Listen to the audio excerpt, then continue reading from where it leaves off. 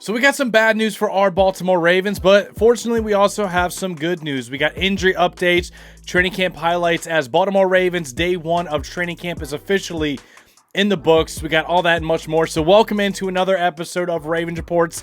It's your guy Noah here with For the Flock, as always, bringing you guys our top 5 news reports and storylines coming out of our Ravens today. Man, we're going to go absolutely rapid fire to make sure you guys have all the Baltimore Ravens news, content, updates, and everything you need for the rest of training camp as we continue pushing on.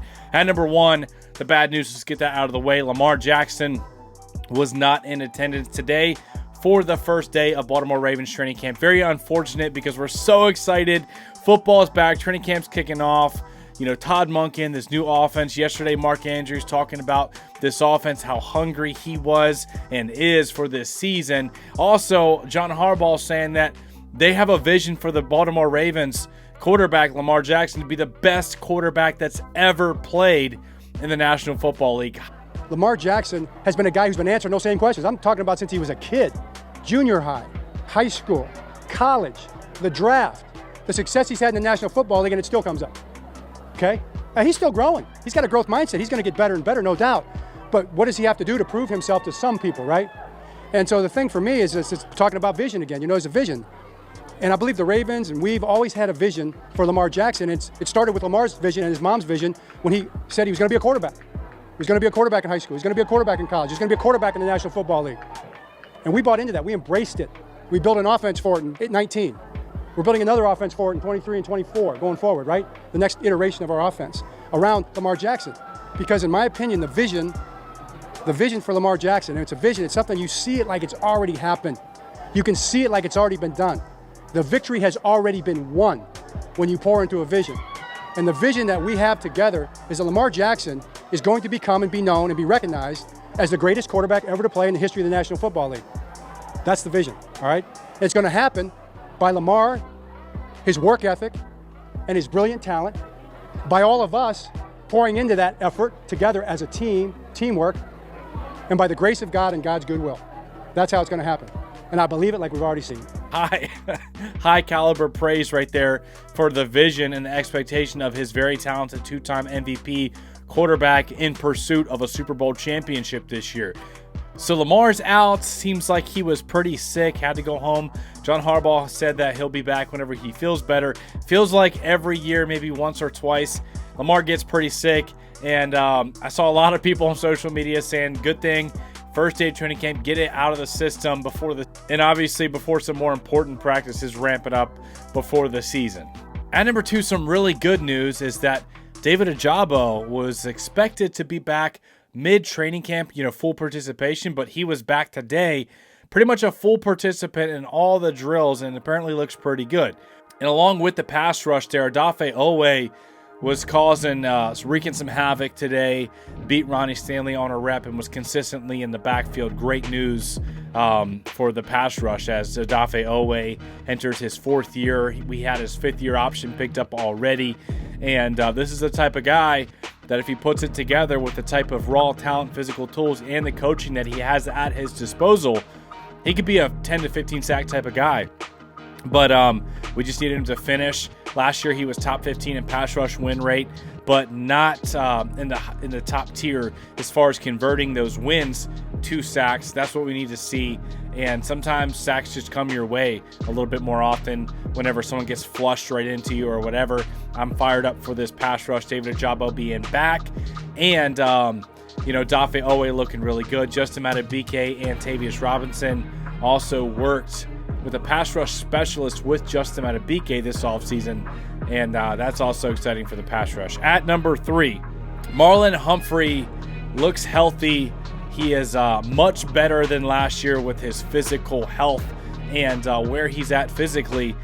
He was a standout during practice today. It was reported that he looks a little bit slimmer, like he leaned down and was very, very sticky and covered and getting his hands on some footballs with some pass deflections. That's great news because this is a big year for Marlon Humphrey. And he's got Nate Wiggins and Brandon Stevens in the same room as him. And on that front as well, TJ Tampa, he did have a sports hernia surgery, the 4th-round rookie. So he'll be out for a few more weeks, and he will not be participating here early in training camp. And also back there in the secondary, Eddie Jackson was on the field today and apparently got a good amount of work, was out there taking some reps. So Eddie Jackson getting assimilated into this offense rather quickly. At number 4, the highlight play of the day. One of them was a nice catch from Isaiah Likely going down to the ground to catch his pass from Josh Johnson. The other one was Dayton Wade, the undrafted free agent wide receiver, I believe, out of Ole Miss. He's been making a lot of buzz, man. Patrick Ricard, I remember in an interview, he was asked, like, who's like your sleeper guy, your undrafted guy that you want to give some love, in a podcast a few weeks ago. And he said, look out for Dayton Wade. He said he consistently is making plays, and he's real quiet, just keeps his head down, works hard. And dude ran like, I think, a 4.43. He's got speed. He really started to ramp up his production, around 800 receiving yards in college his last year.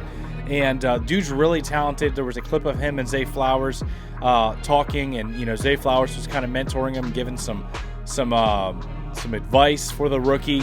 He caught a 45-yard touchdown today from fellow rookie quarterback Devin Leary, who's also been turning some heads as well throughout these workouts in the offseason. Now we're in training camp, and we're seeing that translate. There might be some competition brewing up for that number 2 quarterback spot, between Devin Leary and Josh Johnson. I know Josh Johnson, he's been around here for a while with the Ravens. He's been around the league for a long time. He's a trusted vet. But Devin Leary was drafted for a reason. T. Martin really likes what he can bring to the table. So if he really starts to ball out throughout training camp, and then we see some really good reps in preseason, look out for that number 2 quarterbacks battle.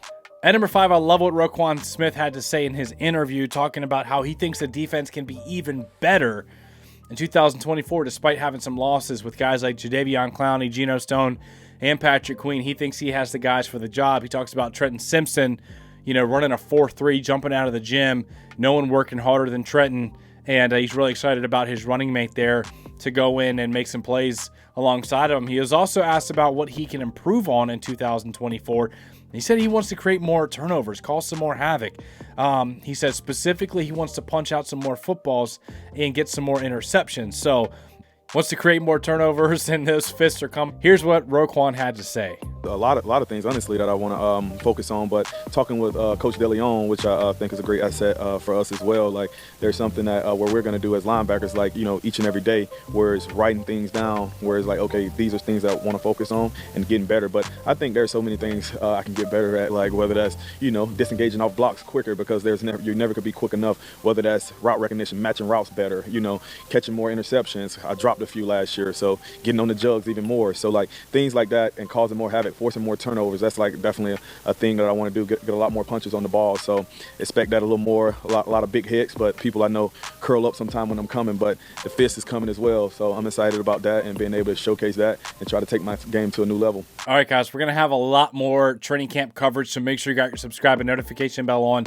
Make sure you hit the like button if you got any value out of today's content, man. I really appreciate you. Every single one of you guys who come back and support the channel, and all the comments and everything. I don't always have a chance to reply, but I do read them and I appreciate them. You guys are amazing, and I absolutely love every single one of you. Thank you all for tuning in, and we'll see you in the next video.